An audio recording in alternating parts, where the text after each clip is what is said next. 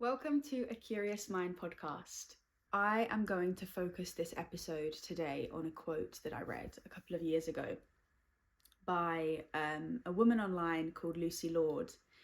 And I don't know if she came up with this quote or if she got this from somebody else, but I really appreciated her sharing this quote. And the quote is, "No matter where you go, there you are."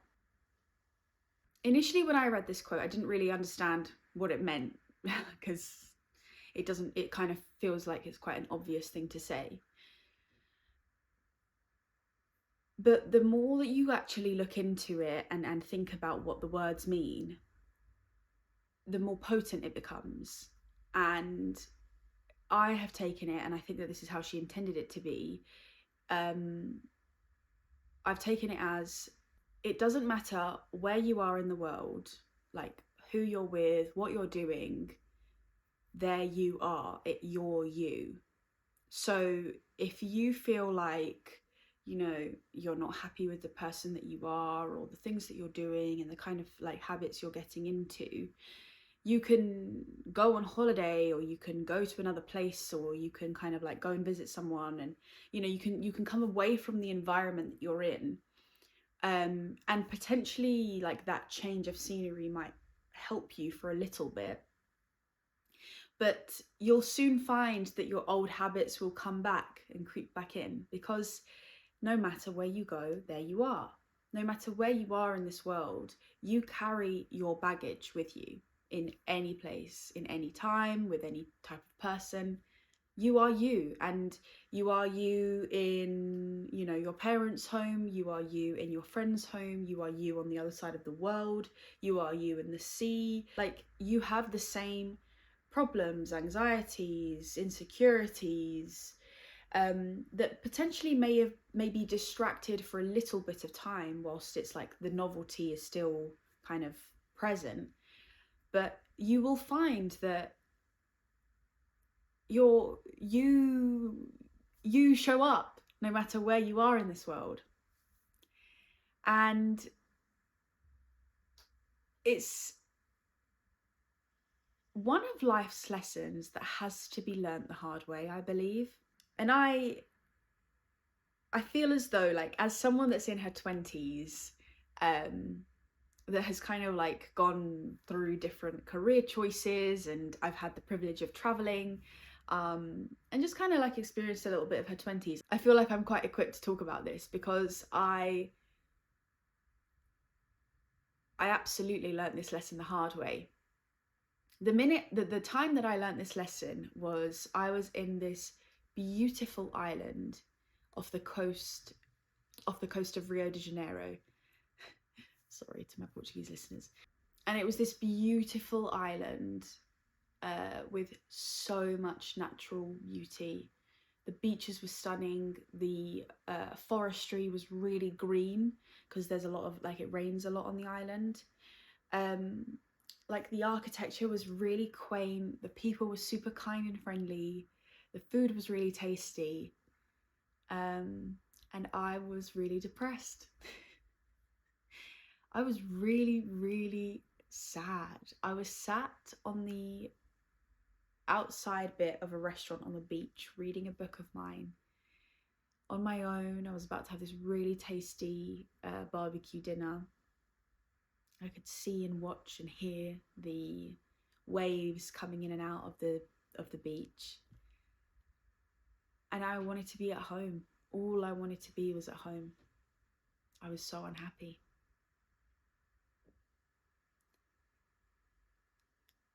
And it's so humbling when you are in, quite literally, like, paradise. Like, if you speak to anybody that has been to Ilha Grande, they will tell you how stunning it is. It's a beautiful island. And I was unhappy because I was unhappy within myself. And so I couldn't, I could try to distract myself, which I did, and it worked for a little bit, but ultimately I was not good within myself. And I think that that lesson is one of those things that is really difficult to wrap your head around unless you are physically in that place.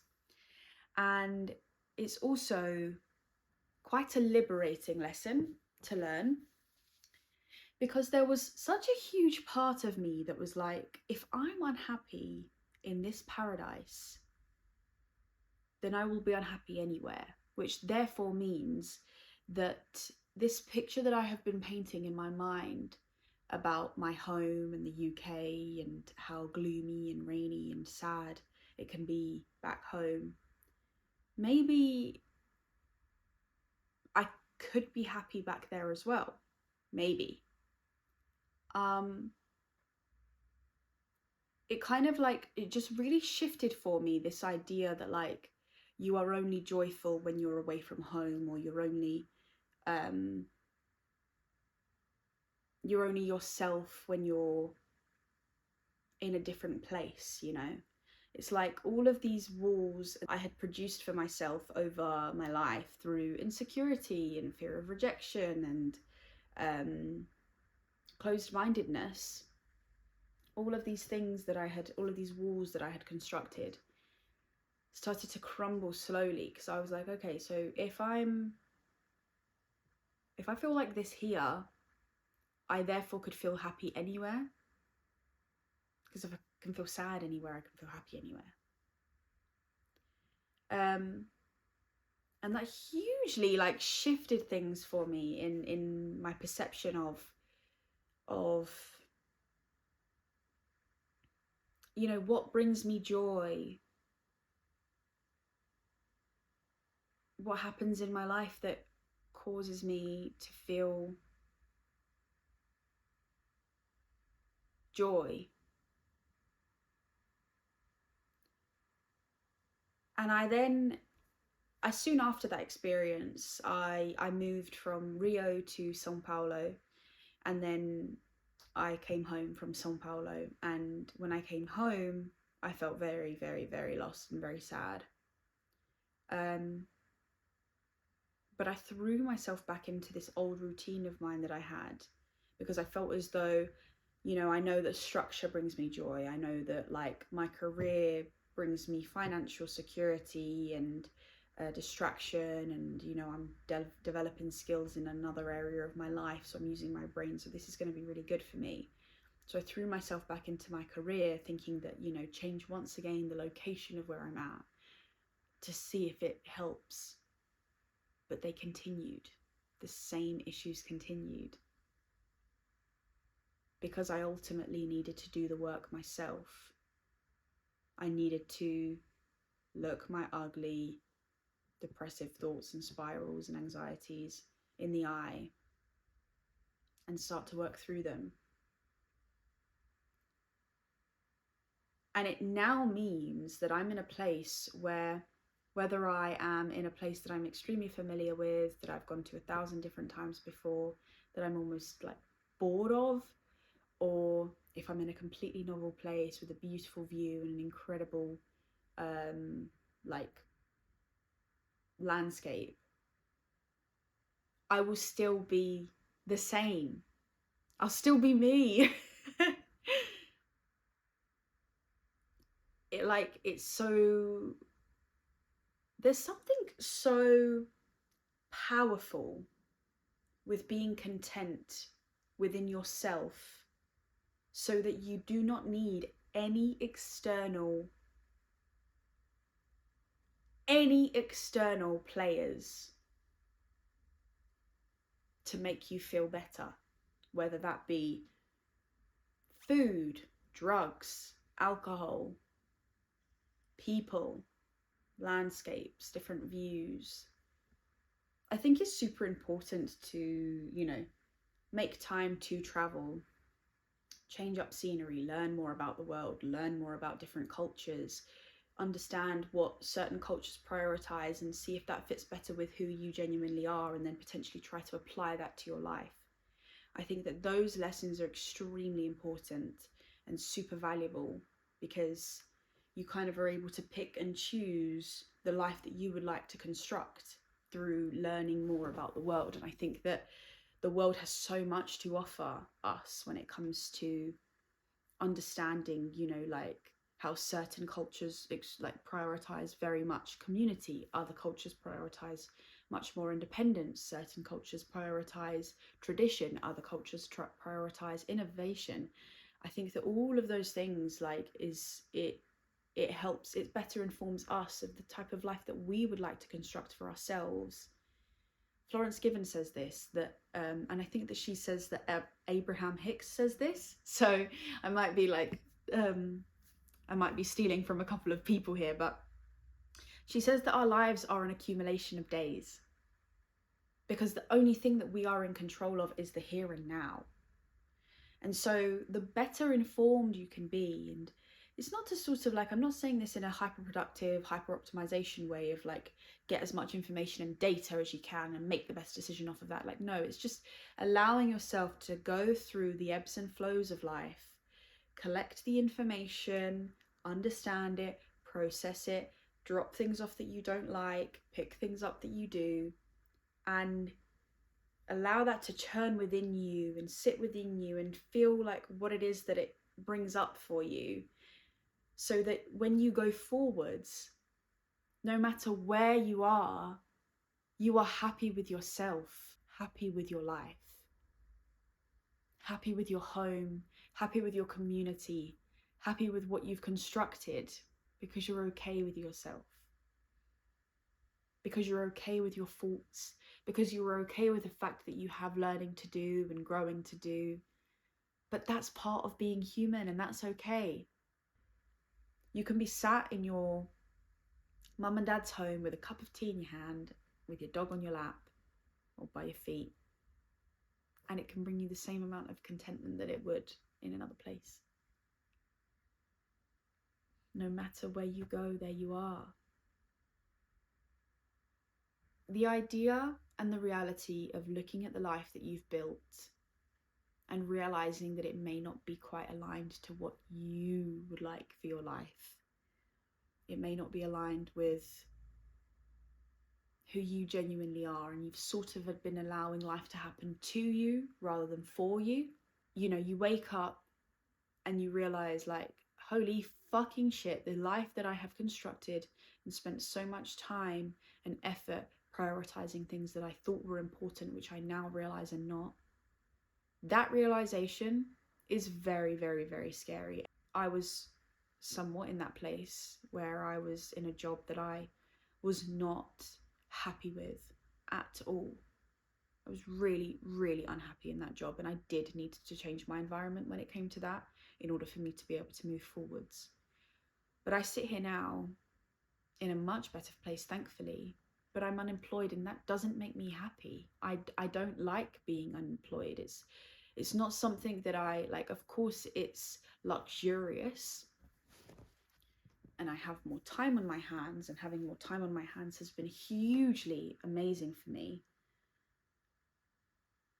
But I still have the same issues and the problems that I would have whether if I was working or not. And so I realize, like, that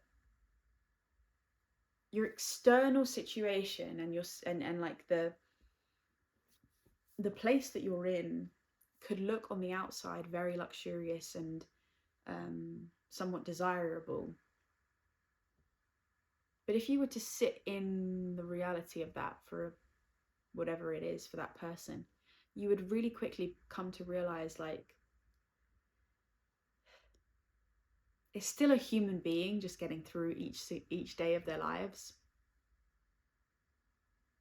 That may be dressed up and accessorized by a really pretty yacht or a nice island or loads of beautiful girls or beautiful men, but you're still just a human being figuring life out, trying to understand what it is that makes you happy and joyous. And those distractions will work. They will work for a little while, of course they will. But soon enough, you'll become numb to it And that's when things start to get hairy, because then you think, okay, no, what's happening is I don't have enough of what I've got at the moment. So you want more and more and more, and you're constantly looking externally for those answers, when the answers are in here. The answers are all in here. They are in here somewhere. They may be under a lot of rubble, a lot of scar tissue, a lot of neglect, a lot of pain, a lot of grief. But they're here. They are. Because no matter where you go, there you are. We cannot escape our bodies. I had this realization at the weekend. I went away camping with a few mates, and I was like, man, living takes effort. Living takes effort. Like, obviously camping is somewhat closer to like how our ancestors used to live. Somewhat. I know that it's still very far away. Like walking to the toilet, walking to the showers, having to like, you know, turn the stove on and make sure that everything is sorted and you get the food out, and like everything is just like, it just takes more effort to live, sorting through your stuff. And like how often the tent just goes like a bomb's gone off because you're trying to find a specific thing because you don't know where it is, because you've not got like wardrobes and cupboards that make it easier to filter through things and sift through things. Like living takes effort. Being a human being takes effort. It really does. And like we fall into these routines and these ways of life that facilitate it, and it's kind of like almost like the autopilot comes on, and therefore life feels a little bit easier. And that's when you realize, like, God, so much time has passed and so much has happened, and you know, I've not really lived. And then you do something like camping and you realize, like, God, no, like living really, like, it can be a lot. And in the best way. I loved it so dearly, because I was present with every single thing I was doing. Brushing my teeth, making sure I take my toothbrush and my toothpaste and I've got the right thing, and oh no, I need a hairband to put my hair up so that I can wash my face. And like, it's just so many things that you do that, like, it takes effort, you know, it takes effort to do these things, and it brings you back to the moment so much more. And it gives you time to think about, like, oh my God, I really enjoyed doing that one walk. And God, I love, for me, like, I was like, I love the water. I need to be by water more often. I love going in water and being in water, but I like open body water, like big spaces of water, not just like a swimming pool. So it's like doing something different. I've collected that information, and I really hope that I apply that to my everyday life going forward, so that I can enjoy that part of myself, you know.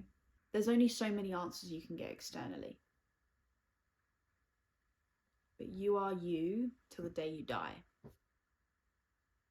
So you kind of need to be the one to look within and understand yourself the best. So that when it comes to spending your hard-earned money on a trip next time, you know what kind of place you'd like to go to. Would you want to go somewhere that's, you know, on a beach with like a slower pace of life? Would you like to go to somewhere where you can do long walks? I never thought I was a walking person, funnily enough. I never thought I was someone that enjoyed like long walks and doing that style of life. I love it because I was exposed to it one day in my life, and all of a sudden I'm like, wow, I love the satisfaction that it brings. I love the sense of adventure. I love the problem solving, the active problem solving you're having to do. Like, I love all of those things about that experience, you know. It's something I never would have thought I would be doing, like thinking about doing like a walking holiday, you know, spending my money on that, something like that. I wrote down here as well on my little ideas page for the episode: give in to fear, worry, or the unknown, and trust in your strength to get through it. And I really like that, because I remember when I started the job that I left at the beginning of this year, I I quickly realized that it's not the kind of role that I'd want to be. It's not the kind of job I thought it was going to be, and therefore it wasn't something I was interested in. And I was flooded with anxiety. Like, I was really, really scared about like this being my reality for a long period of time. And I was sat down having lunch one day, probably second weekend, and I was like, oh my God, I'm going to be like this for the next few years. Like, what am I going to do? I'm not going to grow the skills in the areas that I want to grow them in. Like, how am I going to move forwards? I'm like going down this, I envisioned immediately this career path in my mind and like this thing that I would be doing. And I was like, I don't want that for myself. I do not want that for myself. That doesn't make me happy or excited in the slightest. And then I caught myself and I was like, how much have you achieved and accomplished in your life? I trust in you that you will not allow us to sit in this type of place for too long. I trust that you have it within you to be able to construct and produce and create a different environment for us soon. Sit with it for now. This is the reality for now. But I know that I won't be in this for too long, because I knew in my strength, I knew in my bones that I had this. I knew I could do this situation. I knew I could deal with the unknown. I knew I could navigate this difficult moment, because I have done it before in many different ways in my life. And I'm strong and I'm versatile and I adapt. And it was no different for this certain situation. So much so that I went above and beyond anything I could have ever imagined in my mind. I went above and beyond realizing that no, I genuinely am going to pursue a career in becoming a therapist, and therefore I'm going to leave this career completely and throw myself into this new career. Like, I would have never imagined that that was going to be the case for me. And, you know, potentially pursuing a career like working in a gym or a coffee shop or something like that. Like, it wasn't even like a possibility in my mind. But it's because, once again, I showed myself I have the fucking strength. I'm so able. I can do this. I'm enough. Because no matter where I go, there I am. Whether I'm traveling, you know, in a country that I barely speak the language, barely understand, don't really know the culture, on my own, trying to know where to go, who to talk to, and what I need in order to do this one thing, I'm the same woman that did that as I'm the same woman that fell into a role in a new career path that was not for her, and therefore she decided soon enough, like, nah, this is not for me. Let's take this opportunity as a growing curve and fucking throw ourselves into this next phase. And like, we forget that we've got that power and that strength and that resilience within us. That's okay, because we don't always need to be powerful. We don't always need to be resilient. But when we need to, you can trust in yourself. Allow yourself to trust in your strength. Allow yourself to trust in your resilience. Allow yourself to trust in the fact that it may not go the exact way I want it to go, but it's because I don't know all the possibilities out there. You don't know what you don't know. You don't know what you don't know. So just give in. Hold on to what you know. Know that you've got enough to get you through. And the rest you'll learn and adapt and overcome.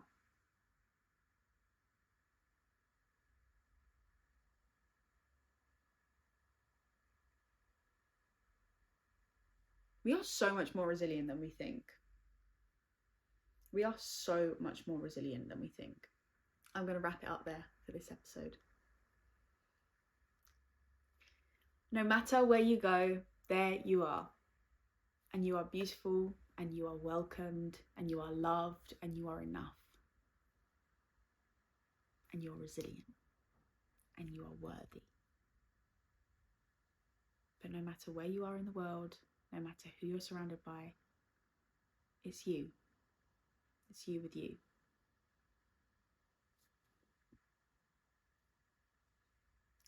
Okay, thank you so much for listening. I will see you again next week.